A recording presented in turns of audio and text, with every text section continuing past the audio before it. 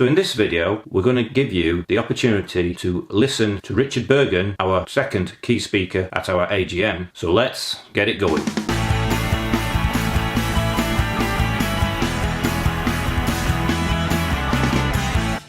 Hi and welcome to this episode of the forum. My name is Scott Haslam and I'm your Vice President of the Leeds No1 Amalgamated branch of the Communication Workers Union.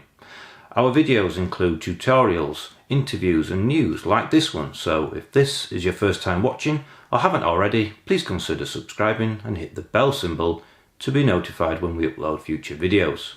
Well, thanks very much. It's a great pleasure to be here with you and a great pleasure to hear Dave's inspiring speech as well, and of course he's correct. There's a fundamental link between the industrial and the trade union struggles and the political context in which those take place. He's right that postal workers are amongst the most respected in the country. People like to see the postal workers on the street. My post is here as well, in fact. Good to see him. See him on a Monday on my way rushing down to get the train down to Parliament to hear Theresa May say the same thing about Brexit that she says every week. You know, please vote for our deal, and if you don't vote for it, we'll bring it back again and say please vote for this deal, and if you don't vote for it, we'll bring it back again and say please vote for this deal, and if you don't vote for it, we'll crash out with a no-deal Brexit, because that's what she's threatening us with. I'll probably return to the issue of Brexit later and be interested to hear your points at the end. It's always great to speak at Communication Workers Union events, because the Communication Workers Union, a fighting union, and as we've heard earlier when the motions were being discussed and in Dave's speech, a union that's utilising the modern forms of technology in order to spread an eternal message, really, the message of solidarity that doesn't change from decade to decade and can't change from decade to decade if we're serious about strengthening the position of working people. But we have to, as your union has done, modernise and make more effective the way in which that message has got out there. So I'd like to congratulate the Communication Workers Union for all it's done in relation to that. As you'd expect, I'll be talking about the current political situation. And yesterday I was in Broxtowe with Jeremy Corbyn and Emily Thornberry and others, and Broxtowe's where Anna Soubry is a Member of Parliament. She has a small majority. We were aiming to get rid of her as a Conservative MP there at the next general election. Now we'll be getting rid of her as an independent group MP at the next election.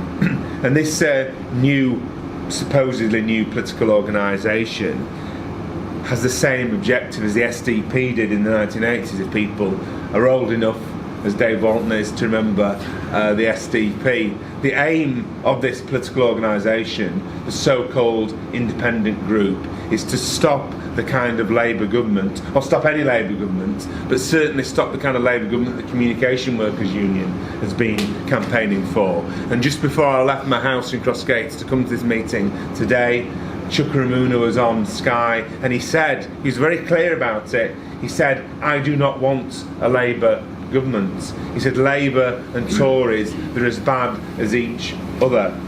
Now, that tells you all that you need to know. For the reasons that Dave's outlined, the Labour Party, especially now in 2019, has a whole load of policies, including those policies we stood on at the 2017 general election, which are fundamentally in the interests of the trade union movements, fundamentally in the interests of Communication Workers Union members, and fundamentally in the interests of working people right across the board. And we want to develop and strengthen those policies, and that's why I was pleased that at Labour's Women's Conference yesterday we had a great new announcement about the right to flexible working from day one of employment, and the employer would have to show why flexible working isn't possible. And I think that's if that's the line that they want to take, so the burden becomes on the employer in that sense. So I think that's just another example of a policy announced yesterday, which is really, really important. And of course, taking the postal service into public ownership,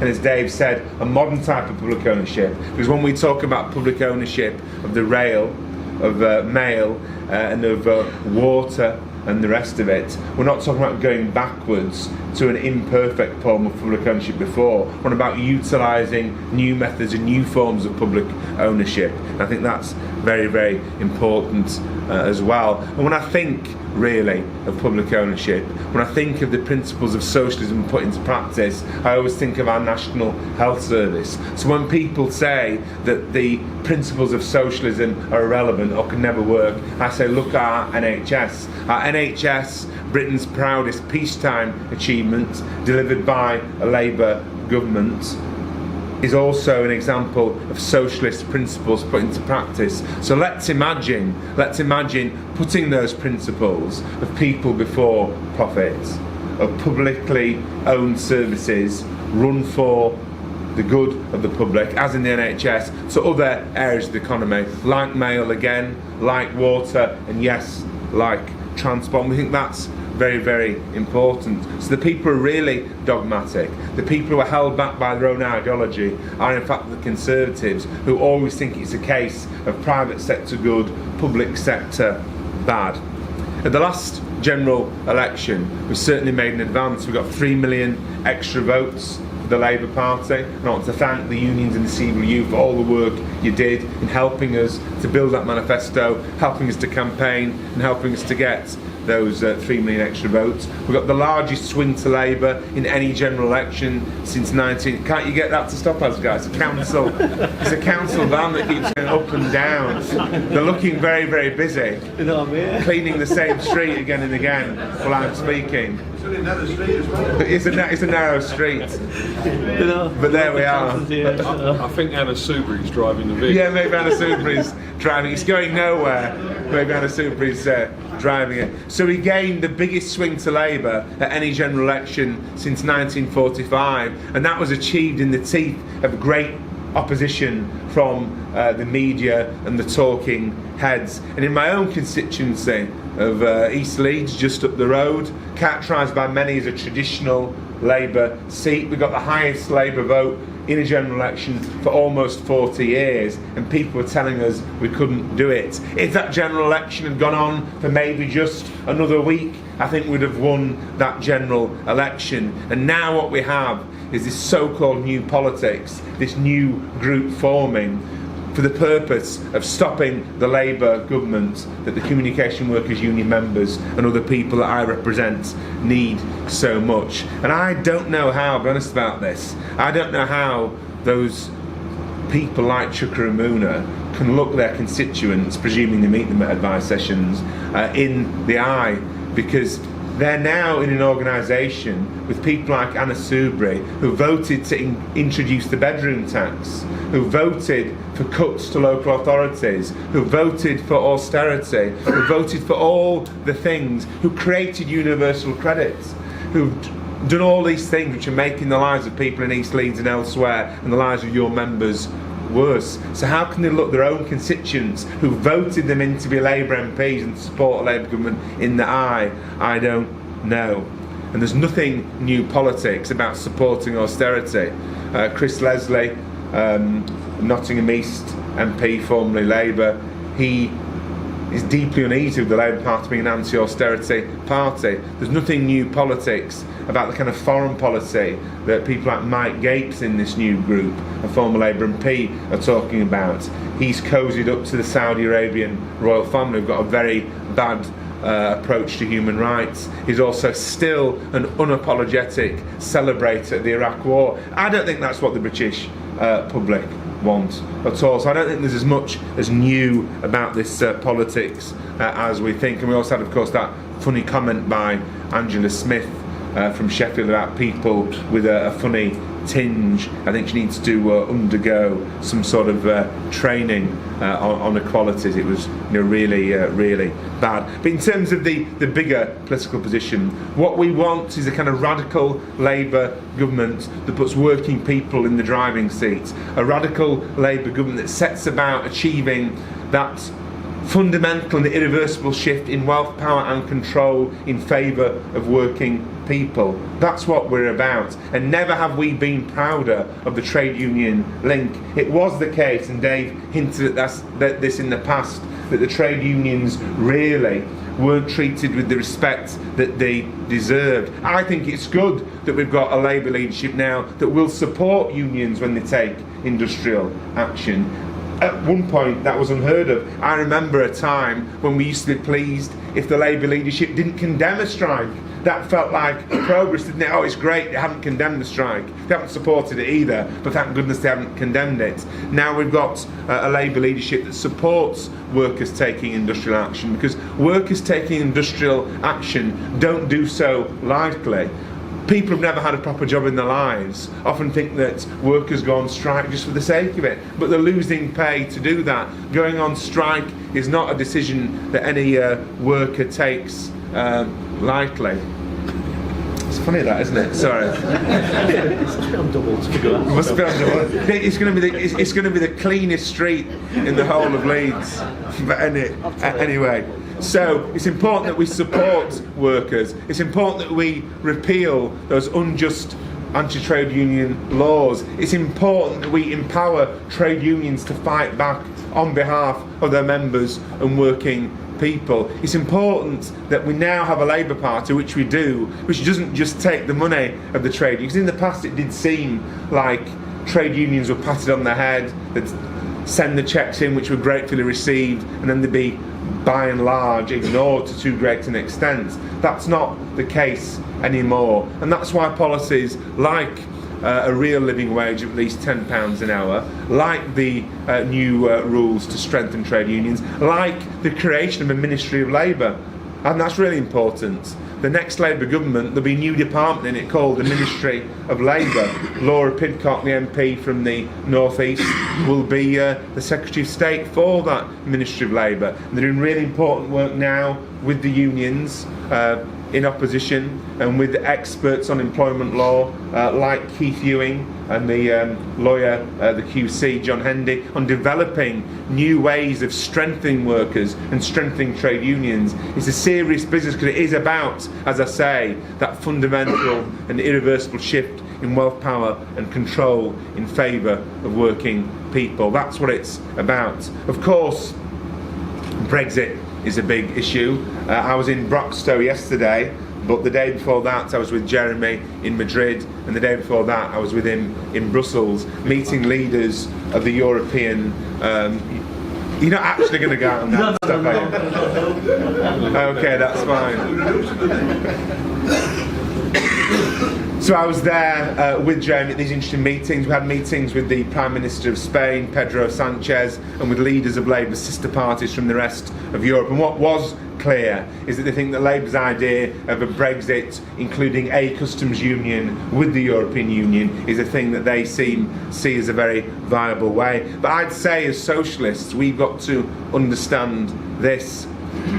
The fundamental divide in our society isn't between people who voted Leave, my constituency voted Leave, and people who voted Remain. The City of Leeds voted to Remain by 50.1 to 49.9. I think the fundamental divide in our society isn't between the so-called 48% and the so-called 52%. As a socialist, I believe the fundamental divide in our society is between the 99% and the 1%. The 99% who, whether we're in the European Union or out of the European Union, are still basically getting screwed over under this current economic system. So we need to bring people together on that basis, because whether you live in Huddersfield and voted Leave, or live in Hackney and voted Remain, you're still suffering because of austerity. You're still suffering because of the crisis of debt. You're still suffering because of the proliferation of 0 hours contracts and insecure working. You're still suffering because of the housing crisis. You're still suffering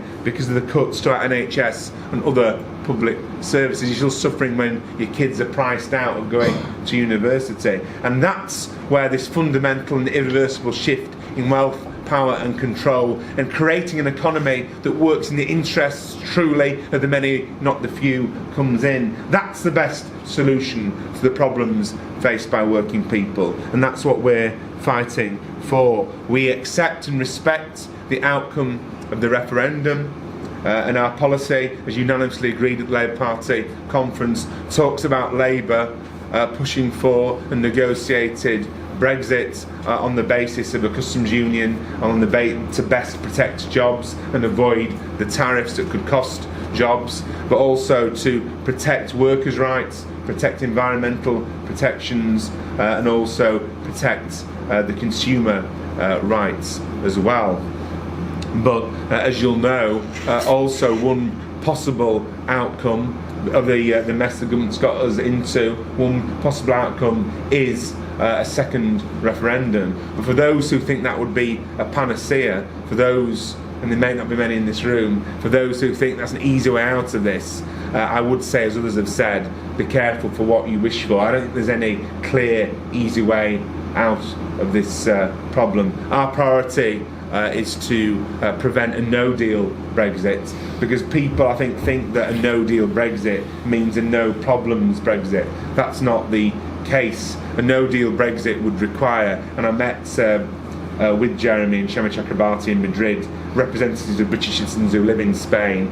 It would mean great problems both for us here and for other people from Britain that live in mainland Europe as well, in terms of healthcare, in terms of arrangements about medicine, in terms of tariffs and the rest of it. It would mean no arrangements with the European Union. It would mean thousands and thousands of new arrangements still having to be negotiated and still having to be made, whether it's on security, whether it's on the criminal database, or whether it's on reciprocal arrangements regarding health care or anything else. But I think there is a way through this. The role of the Labour Party is to bring people together. We have a good problem in that we represent both communities that voted Leave, like my own, and communities that voted Remain as well. And our job is to bring people together on the basis of the fundamental divide in our society between being about whether or not you're in the 99% or the 1%. Now, we're going to carry on going. We expect the establishment to attack us. You can judge a political movement both by its friends but also by its enemies. So we know there's more problems coming our way, if by problems you mean some of the awful stories in your newspapers, some of the unfair stories. But we'll always remember those who put us into Parliament, the people from our communities that voted us in. They want us to carry on campaigning for these bread and butter policies which will make the lives of working people better. They want us to talk about raising wages. They want us to talk about 400,000 new well-paid manufacturing jobs in the green economy, to replace those manufacturing jobs like those in Leeds that have been exported abroad over the years. 'Cause it seems to me we have a crisis in this country in terms of the world of employment, and I was an employment lawyer for 10 years here in Leeds, for 10 years before I was elected as an MP, a trade union lawyer. One of the reasons we have problems in the employment sector in our country is because we've exported the good, well-paid jobs and imported bad, lousy employment practices, largely from the United States of America. As Dave said earlier, it's no longer the case where you can say, well, if you work hard, get your head down, things will be more or less okay. We're now in the grotesque situation, maybe for the first time in this country for 100 years, where working class people can't say with confidence that their children will do better or have more opportunities than they did. Some of the things that our movements and our communities maybe took for granted in the past, even though they were hard won, have now become almost a pipe dream for people. And I think about it like this, and it's true. Someone leaving school now, or leaving actually university in my constituency at the age of 19 or 20 has less chance of a council house, less chance of a mortgage, less chance of a decent, well-paid, secure job, less chance of a decent pension at the end of the working life than someone leaving school at the age of 15 with no or few qualifications did in my constituency 40 years ago. And that's not right. But it hasn't just happened by chance. It hasn't just happened by accident. It's happened because for the last 40 years, by and large, we've had this neoliberal economic situation where we've been told that actually the way ahead for us all is to allow the billionaires, the richest of the rich, to get as rich as possible, and somehow the wealth trickles down from them to the rest of us. Well, it hasn't worked, has it? It's worked for them, but it's not worked for us. We've been told it's always the case that the private sector is better than the public sector. Well, we know and you know in the real world that that's not the case. So I think we do need fundamental change. The old ways of doing politics, which I think this new group represents as well, as a kind of late 90s throwback, even though the economy and society is very different from what it was then. The old ways of doing things don't actually answer the issues that people face today. And we've also got to speak out against, I know the Communication Workers Union have the scapegoating of minorities, because at the end of the day, it's very easy for extremists and demagogues, people like Stephen Yaxley-Lennon, that's his real name, to come and blame minorities for all the problems. But at the end of the day, if we say let's imagine a factory closes, people like Stephen Yaxley-Lennon turn up and they blame it on immigration. But at the end of the day, what do they achieve by doing that? They might gain a few more TV appearances. They do increase the amount of hatred and discrimination in that community as a result, but it doesn't build a single house, it doesn't open a single factory, it doesn't create a single job, and actually it lets those at the top off the hook.